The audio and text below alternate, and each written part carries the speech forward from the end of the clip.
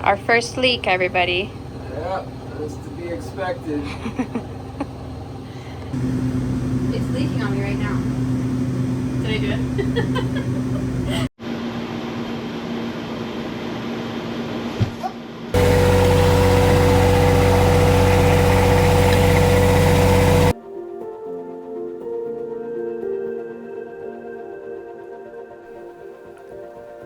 After spending 8 incredible years living and cruising aboard my DeFever 44, I thought my life had peaked. But little did I know that I was about to enter into the most significant and fulfilling period of my existence. Jennifer and Hunter entered my life, and together we entered into a new era, an era known as the Great Epoch. Welcome aboard as we introduce you to our new vessel, a 1972 42-foot Bristol Offshore Trawler. Just when you thought the boat life was over, we will be bringing you even more content, including tours, boat handling, maintenance, and family-friendly adventures. Like, subscribe, and follow along as we share in these epic experiences with you. All right, well, hello everybody. We are on our new to us boat. Welcome aboard Motor-Vessel Epoch. That's right. So we are the proud new owners of a very fine vintage vessel, which we'll talk about a little more in detail in just a little bit.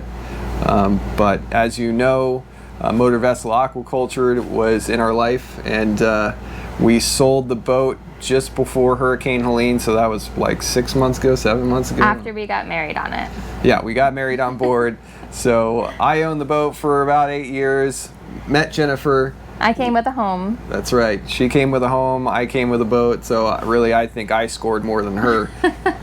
We had the best of both worlds, honestly. Aqua-Cultured was very dear to me in the small amount of time that I had with it, as well as Hunter, and we really loved the boat life. We knew we wanted to circle back to boat life, we just didn't know when. We wanted to make sure our finances were in order before we jumped back onto a boat, but because, you know, if you didn't know, boats can be a little expensive, so we want to make sure we were doing it right. We didn't know if we were going to want to live aboard or do something, you know, do a larger boat, smaller boat, do we do a center console? The boat that we found is absolutely perfect for us, and we're just super excited to share it with you all. And we'll eventually do a tour before and after we decorate because we have a funky style. And I'm super excited to finally have a true partner in owning the boat with me, having their touches on it and say in what goes into the boat and what we do with it. I'm so excited about that. And we've only owned this boat for 2 weeks now. 2 weeks. And I'm having a lot of fun decorating. It has been such a blast. I didn't think I would have this much fun. And even when I bring something home, he's like, I don't know if that's really... And then I put it on the boat, he's like, oh yeah, I can see that. I see why you did that. Yeah. So it's usually I come around. It's coming along really well. And it's a lot of fun, and Hunter loves it, and she's already got her room decorated and her little bunk area, so we'll show you that in a little bit. Growing up, my core memories were on boats, as a lot of you know, and I am so excited to have Hunter aboard and share with her my passion being on a boat, seeing the marine life, and being exposed to the elements and seeing all of the beauty and splendor that comes along with being on a boat. And that the hard work. And the hard work. That's right, yeah, hard work is critical there. We are going to use the boat mostly for weekend trips, staying aboard every other week or whatever. A second home. Yeah, it's basically our second home. We might eventually live on board full time. We'll see how that goes. So hopefully we can do some Bahamas trips and maybe the Great Loop. Yeah. I don't know. Absolutely. But we live in an amazing area. Yeah. On the west coast of Florida, there's so much to do around here and see.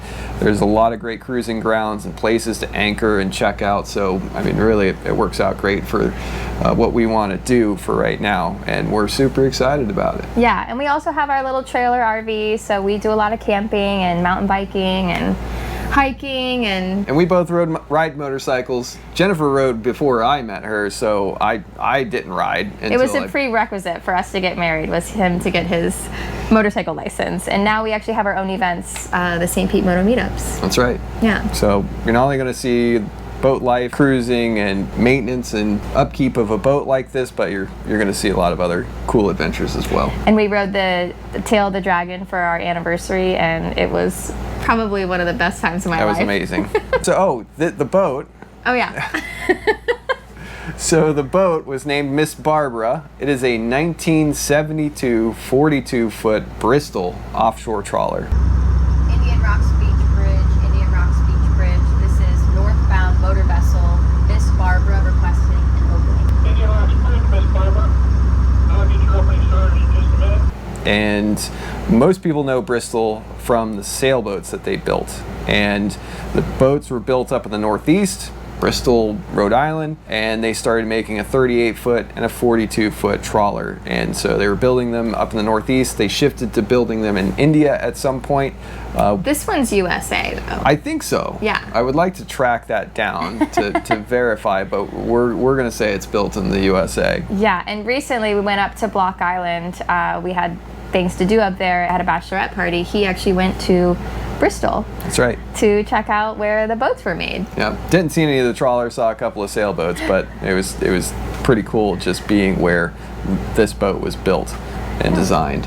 Even though it's a little bit older, it's got really good bones, has newer fuel tanks, the engines have been rebuilt, and they're Detroit 453, so those things are workhorses.